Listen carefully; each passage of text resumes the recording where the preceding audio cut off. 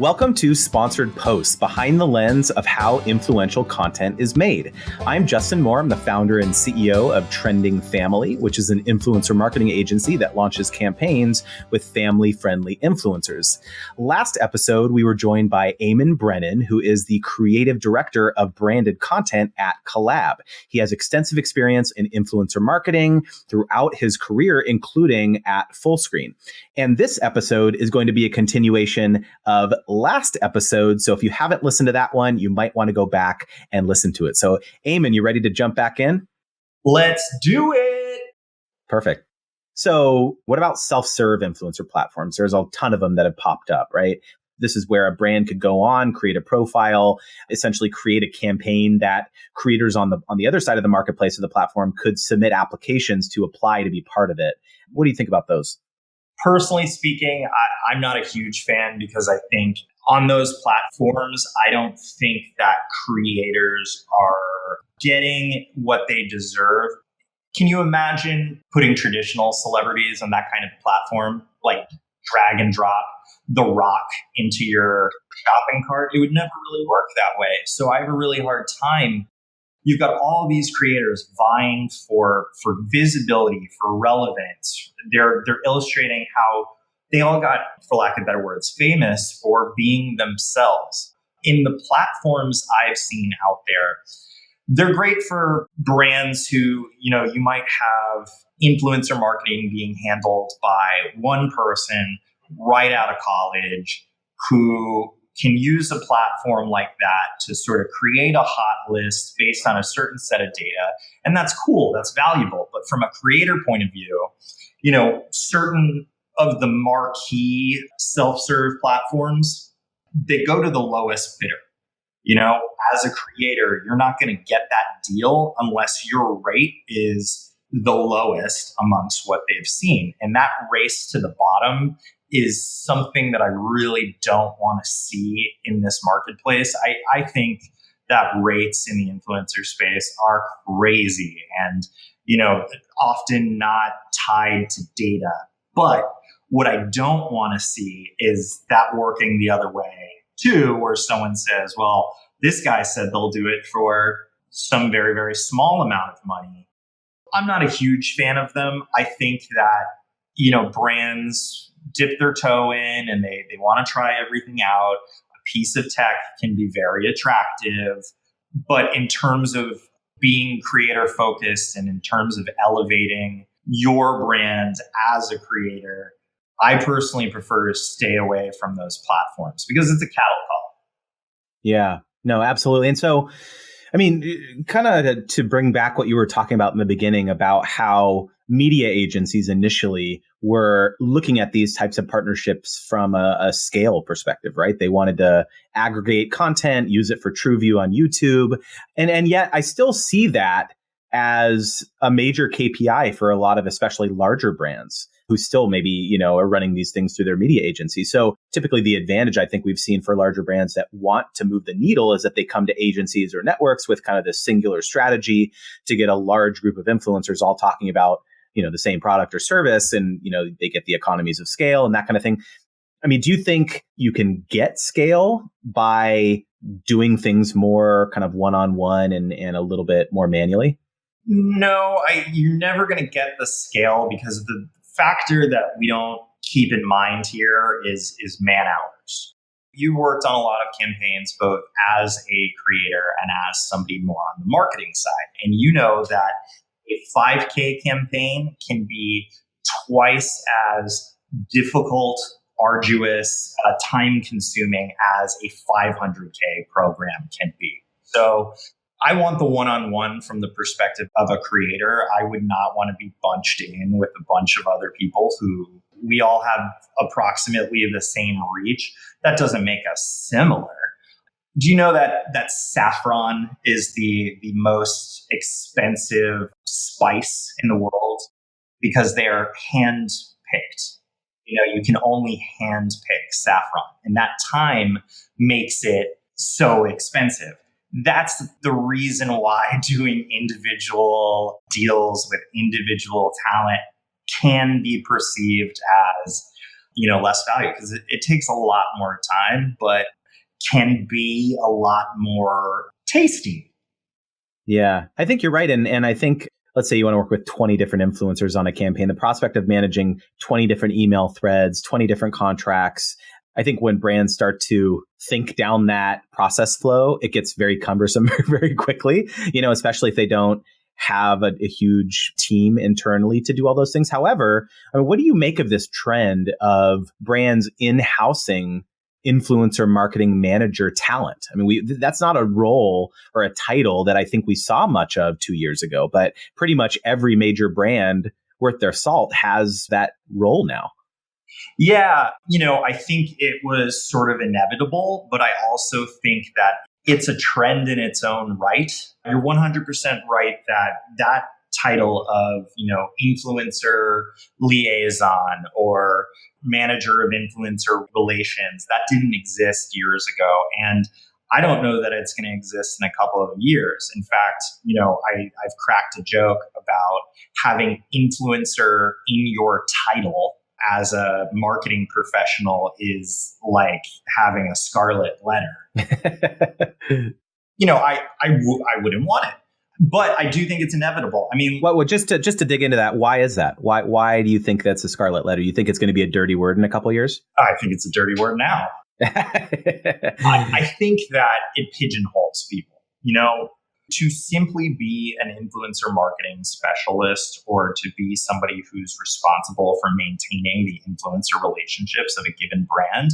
That's very difficult and requires a specific skill set, but it can be a little narrow. And I just worry that those folks, as they move on to other companies to further up the funnel, overseeing a lot more variety in types of campaigns, that background as an influencer expert can be challenging.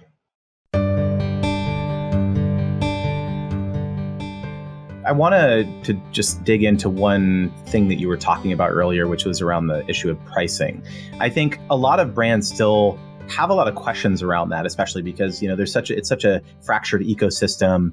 How do you recommend brands make sense of such volatile pricing? I mean, some influencers with similar size followings and engagement may charge, wildly different rates. The first thing I said when we started here is we're assuming that the brand knows what they want and knows what they want to do. And sometimes a brand wants a certain person and it doesn't really matter what it costs because it's about that person. Other times, brands are looking for a certain percentage of audience or a certain level of engagement or reach within a given demographic. And what I like to do is talk to the brands about what those goals are first, because when we start to go out and start looking at pricing of different influencers, someone might be completely out of line based on the brand's goals. They might be 100% correct that is what their content is worth, and that's a great rate for them. But if the brand's goal doesn't align with that 100%, I wouldn't recommend spending on it. So I really try and dig into what their needs are. Like, let's say a brand's number one goal is to hit, I want 1 million views on this thing. So in that scenario, you can start to look at more media looking models like a cost per view, a CPV, or a CPM. You can make pricing make sense that way. But what we have to remember is influencers are not media units. They are people. That's where paid media can come into place. You can have the right creator who represents your brand in a specific way. If you're a company that has a organic vegan background, you're not going to get Epic Mealtime necessarily to promote your thing. You're going to find the right vegan creator to be your face. However, that creator might not have the reach that you're looking for. So that's where paid media comes into play. No, that's super interesting. And I think one of the challenges, is that you definitely have seen this rise of a lot of direct response influencer agencies out there too, where they really are truly only interested in the sales they drive. And inherently, there's nothing wrong with that, right? I mean, influencer marketing is a sales strategy in general. So there's nothing wrong with that. But I think with the proliferation of that tactic, you've seen, like you said, influencers as people or as content creator has kind of become secondary. Yeah, it's very tough. We often get requests from people who are looking to do a test campaign, or they're looking to dip their toe in, or they're unwilling to pay a talent's requested rate until they see how well that talent converts. And, you have to respect their point of view. And that's, my whole thing is understanding everyone's point of view. But, as a creator, you don't have to play that game if you don't want to. These creators didn't become creators to sell. They're not the vacuum salesman of the new millennium. I prefer to see things really look like an endorsement, almost thinking of a creator as their own little mini advertising agency. Absolutely. So why don't we talk new platforms? So, I mean, collab has always been pretty cutting edge. I mean, you guys had a lot of Viners, back in the day, and then you had a lot of focus on Musical.ly before it was acquired by TikTok or ByteDance. What is the profile of a brand who's willing to advertise on these types of kind of newer platforms that other brands may view as still too unproven? Yeah. That is a complicated question, because I think the profile of a brand who's willing to take a chance may look a little different than the type of brand that's taking a chance on what happens to be the new thing right now, which is TikTok. You're looking for a brand that's willing to have a little fun. When we're looking for brands to work with on emerging platforms, we're looking for brands that can have a voice or already have a voice. So let's talk about, for example, like Chipotle's TikTok, their guac dance challenge or whatever, that like went somewhat viral. Do you think that brands from an organic content strategy perspective need to be continuously pumping out content on their own handle? Or could a sufficient strategy be just more of a paid strategy where maybe they hire some influencers, they try to get some UGC or some viral challenge going or something like that, or run, more of a media strategy? What do you think brands need to do to be able to be relevant on these emerging platforms? Well, I think in any of the examples you just shared, the brand is still creating a voice. If all you're doing is posting memes, that's still, taking a stance. That's still creating a personality. So I see that as a win. I don't think there's one right way to do it. I think you want to pepper in multiple strategies, just like any creator attempting to grow their own brand is doing a few different things. Typically, their content on YouTube looks different than their content on Instagram, looks different than their content on TikTok. And I think a lot of brands forget that and just sort of blast things out across, which reads a little tone deaf these days. I think Chipotle has done a great job taking what works on TikTok and really running with it. We had the pleasure of working with them on National Burrito Day, where David Dobrik, he's the biggest Chipotle fan of all time. We were able to get a burrito named after him that you could order through their partnership with Postmates, and we ended up crashing the app. We see that as Chipotle willing to take a risk on something that's a little different than what they're used to. And it really, really worked. And then they sort of double down on that strategy with things like the lid flip challenge on TikTok, which was a really exciting program to work on. And, other elements like guac dance. And it's that willingness to play that I think sets brands apart in this social space, particularly when we're talking about platforms that cater to the younger viewer.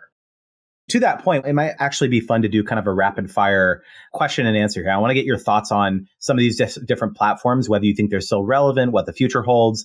You got to keep your answers brief, though, because this is going to be rapid fire. Okay, so thoughts on YouTube? YouTube, still the number one place for creators to monetize their content. How about brands? Still relevant for them? Depending on how they use it. I think a brand with a great YouTube channel is a bit of a unicorn, but I just don't understand why they're not focusing more energy there. Instagram. Instagram is for everyone. It's where people view their content, and it's probably the number one reason why people are spending a lot more time in the bathroom these days. Facebook. Facebook is for moms.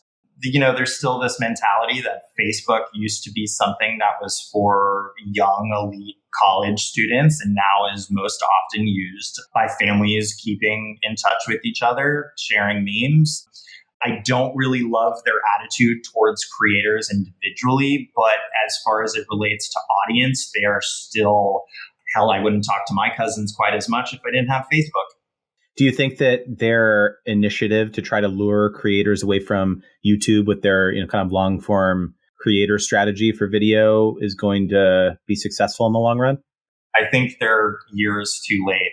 In my opinion, personally, I feel like they've done a lot more to hurt creators on the platform than they have to help them. So to me, it's a little too late. As a creator, I wouldn't focus a ton of my energy on Facebook unless I was a creator specifically looking at that older audience. IGTV. IGTV, it remains to be seen. I think, we're looking at it as something that's very, very new, and it's not a conversation that comes up a lot in brands that I work with, but, things change. Next year, it could be what everybody is watching, but as of right now, we're still waiting to see where it goes. Do you think there was any change when they started displaying it in feed in terms of interest level from consumers and or brands? Yeah, certainly on the consumer part, I think people don't necessarily know what they're watching at the time, which, is gonna work to a certain degree. But I'll tell you again, on a personal note, when it tells me, go to IGTV to finish the video, that's rare for me. So they're still working out kinks, and the way people consume media changes. So I think they're one of my ones to watch for the moment. Snapchat. Oh boy, I haven't had a brand ask me for something Snapchat related in years.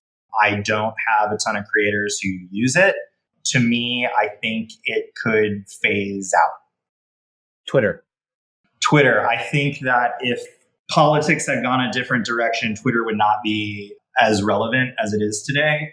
Oftentimes, the only time it is part of our campaign is if there is something link specific that needs to go out, or if that brand has already done a media spend with Twitter, they might, use some of the money they've already invested to boost certain posts. But in terms of creators building an audience on Twitter, I think it's given a great voice to the editorial. You have people who are famous Twitter people who are, writers, who are comedians, who don't necessarily do video content. And I think that's great.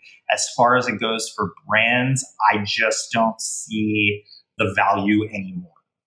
Do you see, when you look at certain examples, maybe these are a little bit different, but the recent amazing success with Popeye's chicken sandwich, right? For example, primarily from Twitter, right? Or let's use an example, and this is a multi-platform strategy, but David Dobrik and SeatGeek, right?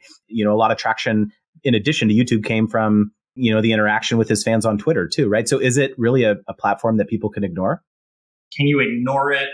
No, probably not. But I think it's important to manage expectations in terms of developing a big Twitter campaign.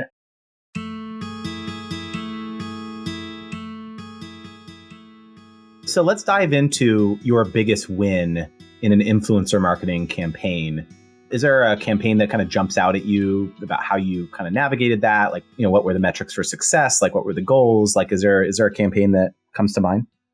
Yeah, we've had a few, and what appeals to me the most is the idea that we enriched both the brand and the creator. And a great example of a campaign like that is some of the work we've been doing with Nike over the past few years. So Nike has a variety of different divisions, and we support them in their young athlete division, which is, really focusing on the pre-NCAA athletes, the folks who have a dream to take a step forward in athleticism.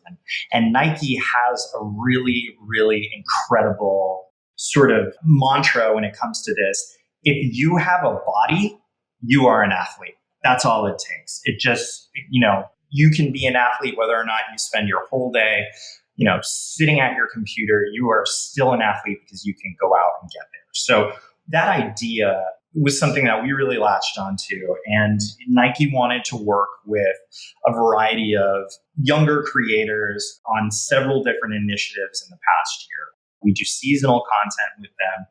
And we were able to produce some really incredible content focused on particularly getting young female athletes out there to really take ownership of their power within the community. The idea, you've heard this thought of, oh, you throw like a girl.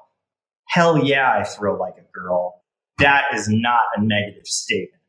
It was really great to work with them where we were able to get quite a few young creators out there working with Nike, meeting their favorite athletes. That was really, really special to watch. That's amazing. And what do you attribute the success of that to? Is it is there a certain attribute of Nike as your client that enabled these things to go so well? Is it, do they just kind of give you guys the creative latitude to just kind of do your thing because you know this space so well? Or what was the key formula for success there? I think with any brand that has the visibility, the recognition of Nike, we're never going to get you guys do your thing, we'll just let you do it. It's very much a collaboration. I think what took it to the next level is, that recognition helps. Everybody, knows the brand already, which is obstacle number one taken care of. But where Nike really separates themselves is the psychology of play. It's that same thing of if you have a body, you are an athlete. It's whether you're an adult, child, millennial, Gen Z, Gen X, whatever you are, we all have the ability to play. And when we play together, we understand each other better. And I think it's that openness, that willingness to, it's a lot to launch a big activation at VidCon. It's not cheap. It's not easy to coordinate, and a lot can go wrong. Having a client that is willing to take those risks and to do so with the understanding that we're just here to help people grow, that attitude helped us get over the line. If we were working with a client who, again, this wasn't about conversion for Nike. That wasn't their goal. They wanted visibility. They wanted brand recognition. They wanted, amplification of what they're doing and what the products are. But nobody was standing on the sidelines asking how many shoes were sold, So, let's talk about, as we're wrapping things up, let's talk about a time when a campaign went wrong because of maybe too many cooks in the kitchen, or, talk about, what was the major downfall? What did you learn from it? How did you kind of change your approach to influencer work after that kind of thing? Yeah, I wish I could say that, we've never had a campaign go wrong, but that's just not the case. I think you already hit number one thing that can be problematic is too many cooks in the kitchen. This idea that every single person involved in a campaign has to sort of vie for relevance and put their thumbprint on it.